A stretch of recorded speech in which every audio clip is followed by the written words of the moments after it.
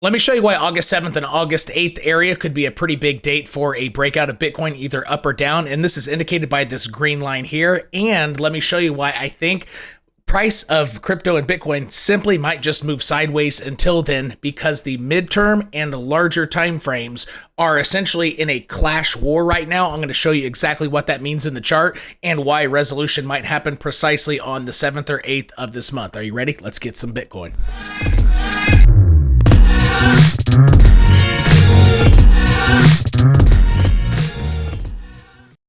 Let's dissect this chart to start off here. We have support, horizontal support and resistance indicated by this box area right here, essentially getting the recent higher low on July 26th, along with a strong wick down during the move on Bitcoin's way to 17,500. But these wicks hold a lot of weight in terms of support and resistance. You have another strong wick up, which was, I think, indicated the 6-month closure when Bitcoin went up 10% in 30 minutes. It was a wicked wild ride, I believe, was right there. So this two strong wicks with a bunch of normal price action falling in this area and the recent higher low. And the daily time frame will be in an uptrend until a daily closes below that. So it's very important for that specific reason, higher low structure, right? In terms of the daily trend. But there are other activities here making this area here, 20,750, extra important. Now, I want to show you why I think price might just float around for quite a while. So the 8-hour chart, if you look at this, let's take a look. Let's get rid of the Stokes and let's increase this so we can look at price and the stochastics of the 8-hour. So during these, let's call this 1 oscillation, 2 oscillation, 3 oscillation, 4 oscillations. And the Stokes did essentially the same thing. In general terms, yes, on the 5-minute and below, maybe even 1 hour down to, the 1-minute chart, could you have longed during this time, and this time, as the Stokes were down, down, and down? Yeah, you could have on very low time frames, but midterm time frames, no. The direction was down, right? So currently, we have the direction is down, meaning downside pressure for sure. And on the 12-hour chart, you have the same idea. It's 12-hour chart is slightly more powerful, but you have the same oscillations. It's almost the same chart. But the reason why I'm distinguishing this is because the 12-hour has a lot longer to go to get down to the bottom. And it's essentially gotten the oscillations perfectly. I mean, had you started being long right as this blue crossed above red, I mean, each time you would have been doing pretty well with a little bit of fake out around late June, early July. But in general, these have been pretty good indicators during this, I guess, compression move, so you can say. And I do not expect any, let's say, clear direction until Bitcoin gets fully above and uses as support or resistance this line here, the $25,000 line, or the $20,750 line. You could easily have 4-hour candles close below and then it charges right back up, or you could have 4-hour candles close above for it to then charge back down. And I'm gonna show you why that is here in a minute. But I'm thinking resolution might happen right as this. So check this out. This horizontal crosses the channel when on August 8th. This horizontal crosses the bottom of the channel when August 7th.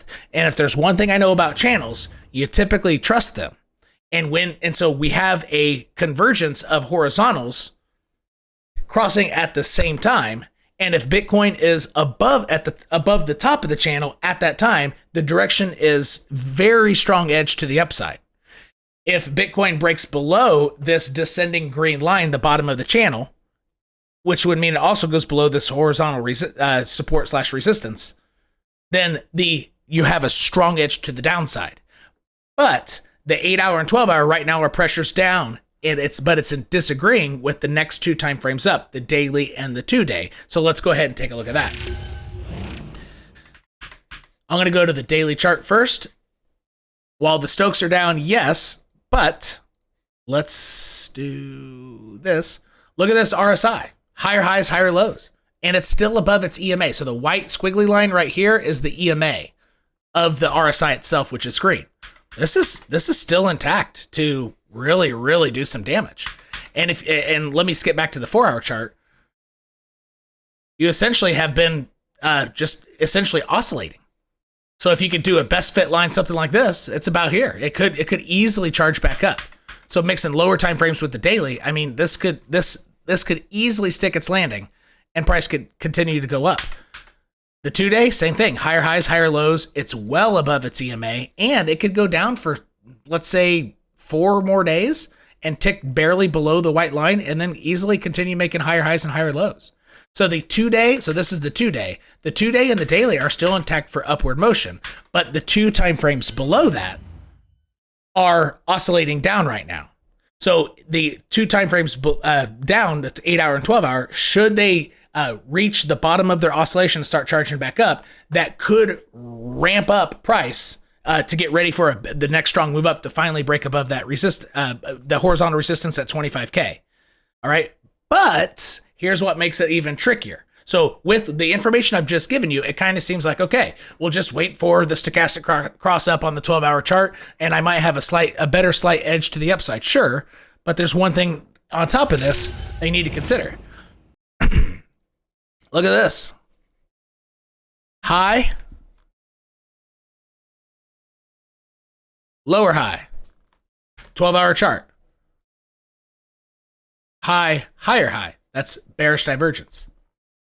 12-hour chart has, and 12-hour chart bearish divergence, I mean, it can hold some pretty serious weight. Same with the 8-hour chart. High in price, higher high in price. High in RSI, lower high in RSI on the 8-hour. Bearish divergence. So without that, though, I would still maintain that things are more likely bullish than anything. Just wait for the oscillation of the 8-hour and 12-hour, and it's likely going to go up. But you have that bearish divergence. And so in order for that to, I guess, work itself out and for direction to become clearer, you're essentially going to be working with structure. So let me get rid of some of these vertical lines here behind me. You're essentially going to rely on basic horizontal structure and basic higher high or higher low structure. But there's a lot of space here for Bitcoin to chop around and do nasty stuff for the next 6 days. So a lot of times, no trade is the best trade. And when price is moving sideways, there's a loose assumption or a correlation that the volume's lower. And if volume's lower, then the order book is theoretically thinner. And if the order book is theoretically thinner, then I guess whale games and whale algos can have more liberty or more ease to move price a little bit this direction and then take it right back to where it was, or then just move it down and then back to the middle. Go up, down, straight back to the middle, or down, up, back to the middle. And I don't think we're going to get resolution until one of these two are broken, and it has so much wiggle room to do nasty fake out stuff that honestly right now seems like it's the perfect time to sit back and do nothing unless, and again, what I'm saying does not apply to people playing the 5 minute to hour charts. Yeah, you can always trade on really, really low time frames. It doesn't matter what Bitcoin's doing. But if you typically refer to charts larger than that, you could be in position and technically be correct, but you keep just getting stopped out because of the low volume, and it just keeps going back and forth, going back right to where it was. I don't know why my dog is doing this. And so that's what we got. I mean, it's going to likely go sideways. The 8 and 12 hours have to work themselves out. They need to either win or lose the agreement / disagreement with the daily and 2-day timeframes. And it's going to take some time for that to work out. And so the levels that you need on your chart are $25,000 even over here and $20,750 here. And you can take a look behind me. And if you want to set up this channel similar to how I do, this is the low back from 17,500 to current price. And you can just take a snapshot of this, set this up, and make your line, maybe a horizontal line around August 8th, and expect price to potentially do really, really tricky / nasty stuff until then. And the things to be looking out for that I've covered on the daily chart on the RSI is until the RSI goes below the white line, this white line here, and uses it as resistance, I think pressure of the daily RSI is generally up. The green going below the white is not a big deal because it did it here. It simply did not use the white line as resistance on the way back up. Same here. It went below the white line, did not use it as resistance. So simply another 2 days of down doesn't mean anything, really.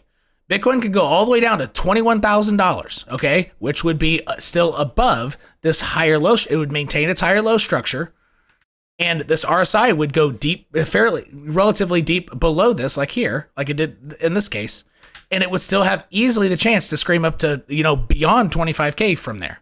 Does that make sense? But this date here is aligning with the horizontals crossing these channel lines. And could Bitcoin continue to flounder sideways? Yes. But the reason I think those dates are key, the weekly 10 EMA will start getting into the middle of the zone here.